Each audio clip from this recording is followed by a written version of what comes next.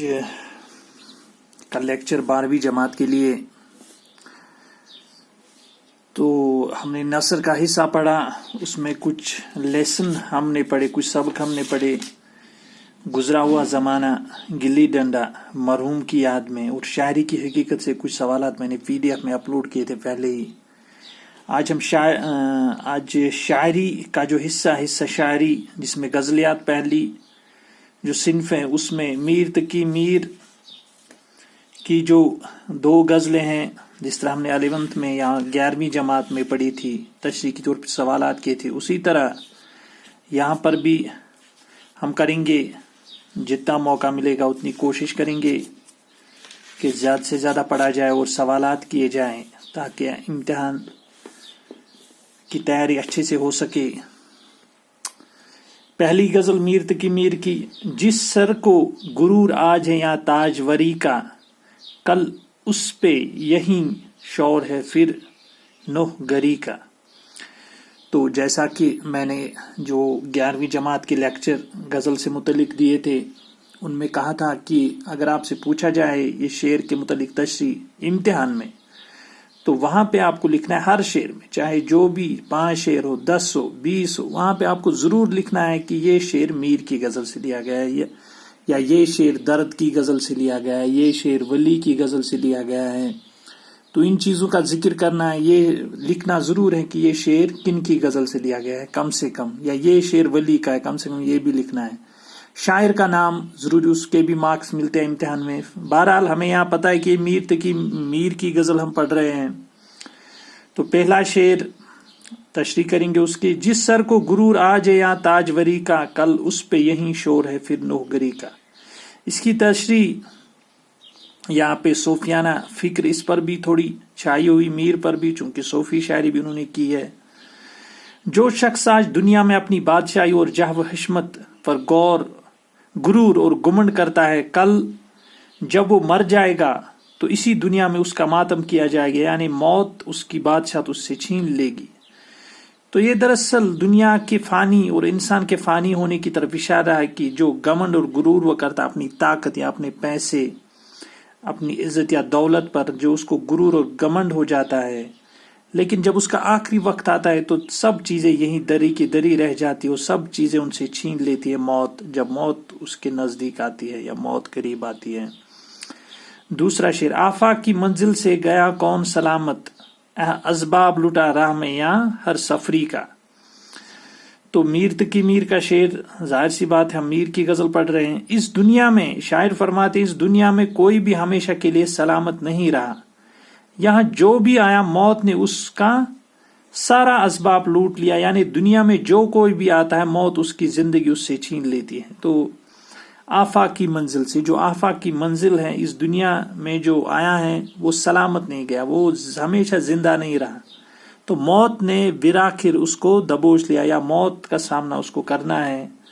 और असबाब जो यहीं लूट लिया, असबाब लूटना मतलब यहीं पे रह गए उसके सब असबाब, या जो सबब है वो भी काम नहीं आते उस वक्त मौत के सामने।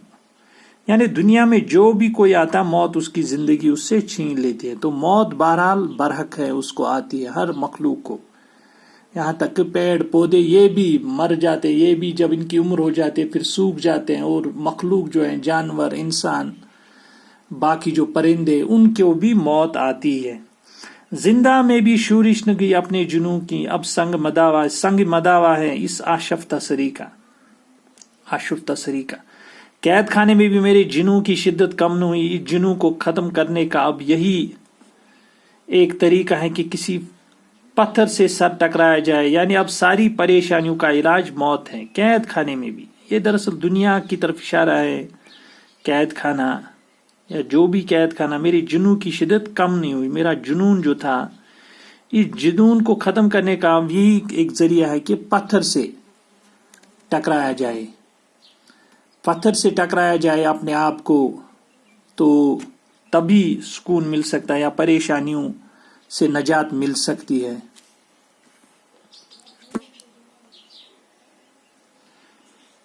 जिंदा में भी शूरिश न गया अपनी जुनू की, अब संग मदावा है इस आशुफ्ता सरी का। हर जख्म जिगर داور محشر سے ہمارا انصاف طلب ہے تیری بیداد گئی. تو اس میں شاعر فرماتے ہیں کہ میرے دل کا ہر زخم قیامت کے دن تیرے ظلم کے مقابلے میں پروردگار سے انصاف طلب کرے گا. تو یہ کہتا ہے کہ میرے دل کا جو زخم ہے وہ جو شاعر فرماتے کہ ظلم کے مقابلے میں پروردگار آپ کا مطلب وہاں پہ آپ کو پکڑے گا اور آپ نے جو ظلم کیا ہے مجھ پہ اس کا حساب مانگے گا جب خدا کے سامنے روز محشر کے دن. اپنی تو جہاں آنکھ لڑی پھر وہی دیکھو آئینے کو پلکا ہے پریشان نظری کا. تو آئینے کو لپکا ہے پریشان نظری کا، لپکا ہے. تو یہاں پہ اس کی تشریح ہماری نظر کو جو کچھ اچھا لگتا ہے ہم وہی دیکھتے ہیں. اپنی تو جہاں آنکھ لڑی پھر وہی دیکھو، اور اس سے نظر نہیں ہٹاتے، ہم نظر نہیں ہٹاتے وہاں سے. لیکن آئینے کی عادت ہے کہ اس کی نظر پریشان رہتی، یعنی وہ ہر چیز کی طرف دیکھتا ہے. یعنی جو آئینہ ہے وہ ہر چیز کی طرف دیکھتا ہے، یا آئینہ جو بھی اس کے سامنے آتا ہے تو وہ اس کو دکھاتا ہے شکل. لیکن اپنا یہ کہ ہم نظر نہیں ہٹاتے، جس طرف بھی دیکھتے وہیں پہ نظر ٹکائے رکھتے ہیں. صد موسم گل کو ہم تہبال ہی گزرے، مقدور نے دیکھا کبو بے بال وہ پری کا. تو اس کی تشریح شاعر فرماتے ہیں، میر تقی میر کی غزل سے شعر لیا گیا ہے.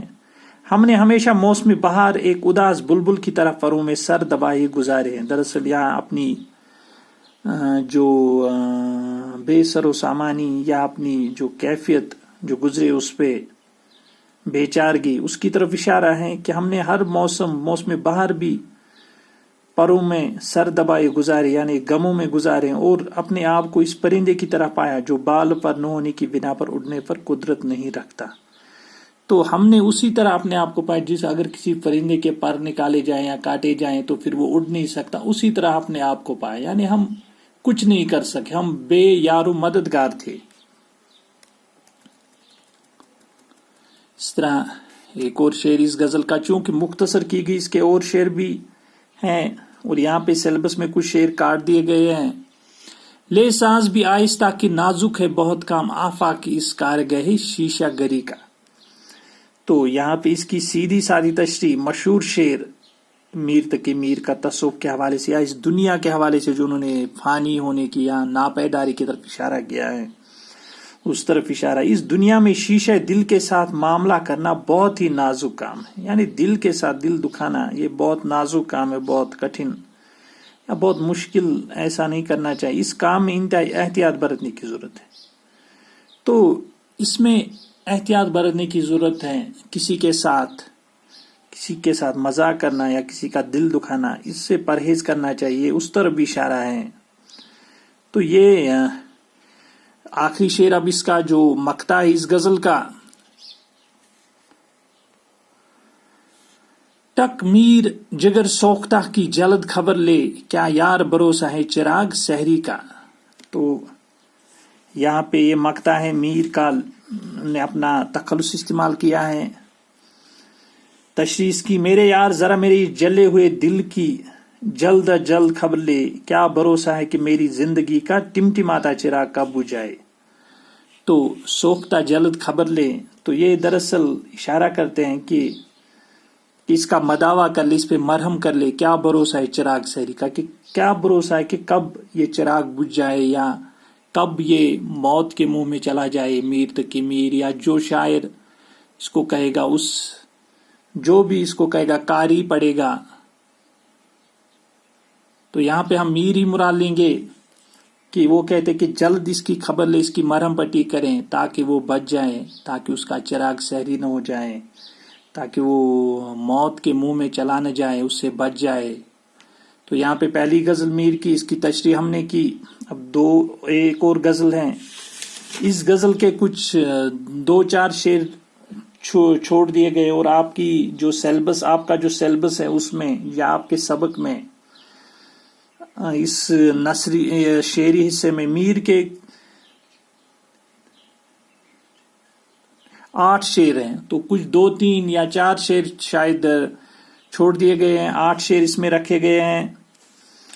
تو اب دوسری غزل ہم پڑھیں گے اس کے بعد اگلے لیکچر میں. فی الحال یہاں تک اتنا ہی. شکریہ.